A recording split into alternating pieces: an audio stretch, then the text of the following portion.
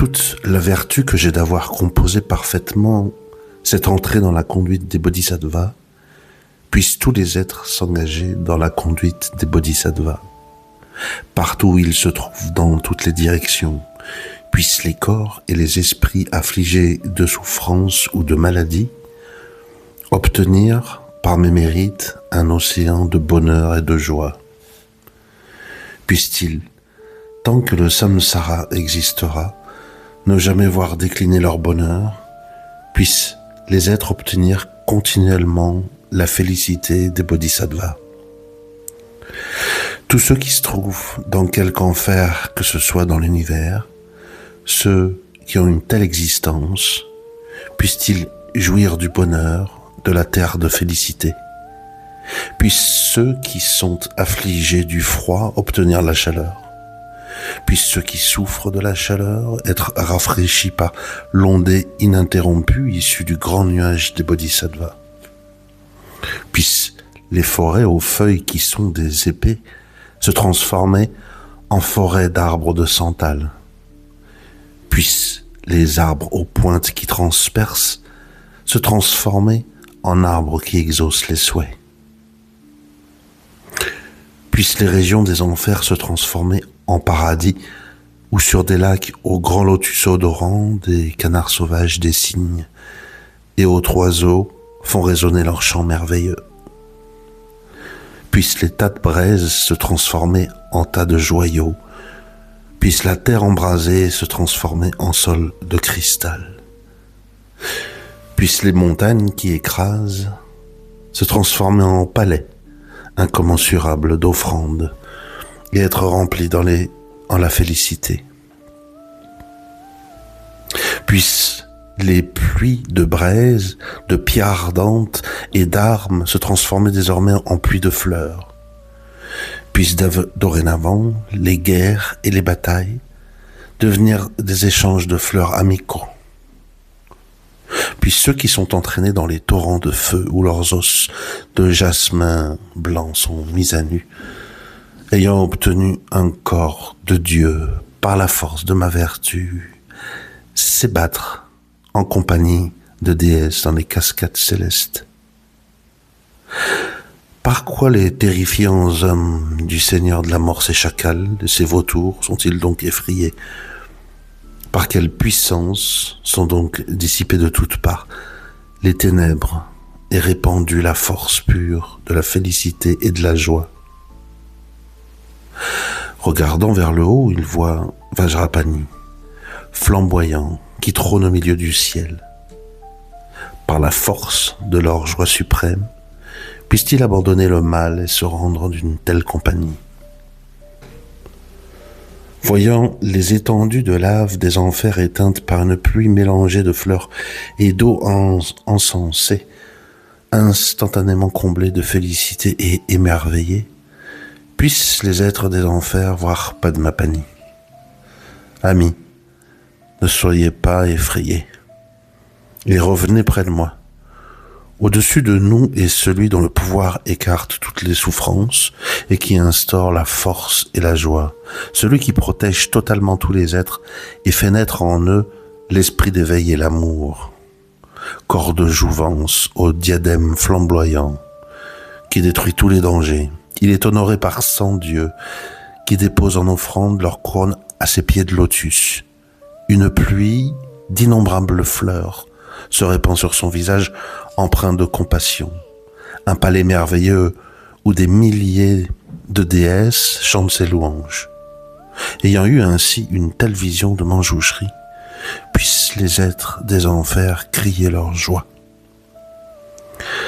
Ayant ainsi vu tomber des pluies fraîches et parfumées, des purs nuages de félicité des bodhisattvas, Samantabhadra et d'autres, puissent par ma source de vertu ces êtres des enfers obtenir véritablement la joie. Puissent les animaux être libres du danger d'être dévorés par les autres. Puissent les esprits avides devenir aussi heureux que les habitants de Draminienne. Puissent les esprits avides être rassasiés par l'ondée de lait qui s'écoule de la main du puissant noble Chenrezig et jouir de la fraîcheur de ce bain.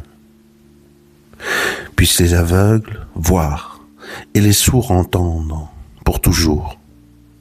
Tout comme Mayadevi, puissent les femmes enceintes engendrer sans douleur, puissent tous ceux qui sont nus être vêtus, les affamés être rassasiés, les assoiffés trouver l'eau et des boissons délicieuses, puissent les démunis obtenir la richesse, puissent les malheureux obtenir la joie, puissent les désespérés retrouver l'espoir et des conditions idéales, continuelles. Puissent tous les êtres affligés de maladies se trouver promptement guéris, puissent les maladies des êtres, sans aucune exception, disparaître à jamais. Puissent ceux qui sont effrayés ne plus avoir peur, puissent ceux qui sont attachés être libérés. Puissent les faibles devenir puissants et avoir un esprit d'entraide. Puissent tous les voyageurs être heureux partout où ils vont et que les projets qu'ils forment se trouvent aisément accomplis. Puissent tous ceux qui partent en bateau ou en vaisseau voir se réaliser tous leurs souhaits et étant revenus sains et saufs au rivage, puissent-ils se réjouir en retrouvant leurs proches. Puissent ceux qui errent, ayant perdu leur chemin dans les solitudes désertiques, ayant rencontré d'autres voyageurs et sans être menacés ni par les brigands, ni par les tigres, etc., poursuivre leur route sans fatigue et rapidement. Puis ceux qui sont terrifiés, perdus dans le désert, les enfants et les vieillards sans protection, ceux qui sont abrutis par le sommeil et les fous, être sous la garde des dieux. Étant libres de toutes les contraintes et doués de foi, d'intelligence et d'amour, ayant obtenu une nourriture et une conduite parfaite, puissent les êtres se rappeler de toute leur vie. Puissent-ils tous jouir de richesses ininterrompues, pareilles à un trésor céleste. Puissent-ils en jouir en toute liberté, sans querelle ni menace. Puissent les êtres qui ont peu d'éclat devenir resplendissants, puissent ceux qui sont laids et dans la misère devenir beaux et être dans les meilleures conditions. Puissent tous ceux qui sont bas être hauts et les orgueilleux devenir humbles. Par ce mérite que je développe, puissent tous les êtres sans exception, après avoir abandonné le mal, toujours pratiquer la vertu. Sans se départir de l'esprit d'éveil et pratiquant la conduite des bodhisattvas, étant totalement pris sous la tutelle des Bouddhas, puissent-ils se défaire même des actes démoniaques. Puissent tous les êtres voir leur vie se prolonger indéfiniment, demeurer continuellement en un océan de félicité, puissent-ils ne pas même entendre le mot de mort.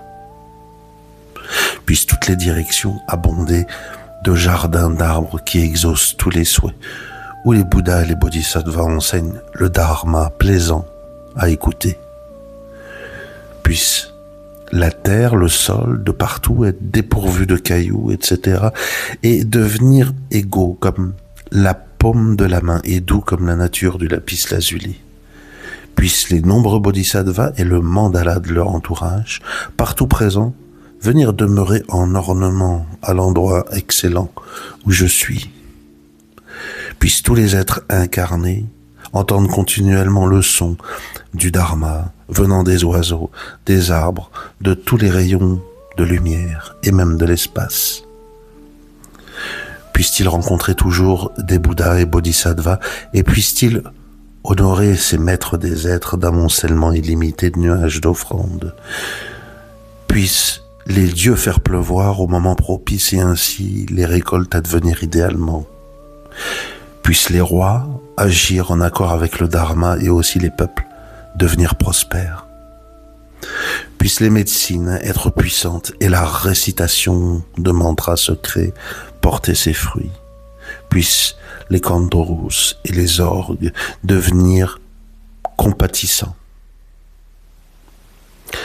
Puissent les êtres sensibles, aussi nombreux soient-ils, ne plus être malheureux, ne plus commettre d'actes nuisibles et ne plus être malades. Puissent-ils tous ne plus avoir peur, ne pas être méprisé et ne plus jamais être triste. Dans les temples et les monastères, puisse la lecture et la récitation des textes s'établir excellemment, puissent les moines vivre toujours en harmonie et la sangha accomplir son but. Puissent les gelongs qui désirent s'entraîner trouver un ermitage tranquille et solitaire. Ayant abandonné toutes les distractions, puisse leur esprit être apte à la méditation. Puissent les gelongma étant à l'abri du besoin, abandonner les querelles et les nuisances. Puissent ainsi tous qui sont complètement ordonnés ne jamais endommager leur conduite éthique, regrettant leurs manquements et à leurs règles, puissent-ils épuiser à jamais les actes nuisibles, ayant obtenu une renaissance dans les mondes heureux, puissent leur discipline éthique ne jamais se relâcher, puissent les érudits être loués et aussi recevoir des dons, leur esprit être parfaitement pur et puisse-t-il être renommé dans toutes les directions, ne souffrant pas dans les mondes inférieurs et ne subissant aucune épreuve, puisse-t-il encore après avoir obtenu un corps supérieur à celui des dieux, rapidement obtenir l'état de Bouddha, puissent tous les êtres, ayant fait de nombreuses fois des offrandes à tous les Bouddhas, demeurer continuellement dans le bonheur de la félicité inconcevable de l'état de Bouddha.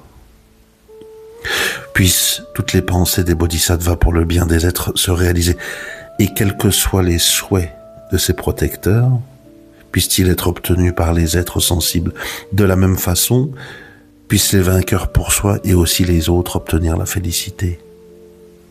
Et moi-même, jusqu'à ce que j'atteigne la terre de joie par la bienveillance de Manjushri, puissais-je toujours me rappeler des existences antérieures et toujours être moine pleinement ordonné. Puissais-je vivre et subsister d'une nourriture simple et ordinaire, et dans toutes mes vies futures, puissais-je trouver un lieu de retraite idéal. Si je désire consulter quoi que ce soit ou même poser la moindre question, puissais-je voir, sans aucune obstruction, le protecteur Manjushri en personne, afin de pouvoir accomplir le bien de tous les êtres qui touchent aux confins de l'espace dans les 10 directions. Puissais-je déployer une activité semblable à celle de Manjushri. Aussi longtemps que demeurera l'espace, aussi longtemps demeureront les êtres. En demeurant moi-même aussi longtemps, puissais-je dissiper la souffrance des êtres. Quelles que soient les souffrances des êtres, puissent-elles toutes mûrir en moi. Par la sangha des bodhisattvas, puissent les êtres jouir de la félicité, unique remède à la souffrance des êtres et source de tout bonheur, puisse la doctrine être supportée, honorée et demeurer longtemps. Je me prosterne devant Manjushri, par la bonté duquel apparaît l'esprit vertueux. Je me prosterne aussi devant l'ami spirituel par la bienveillance duquel je progresse.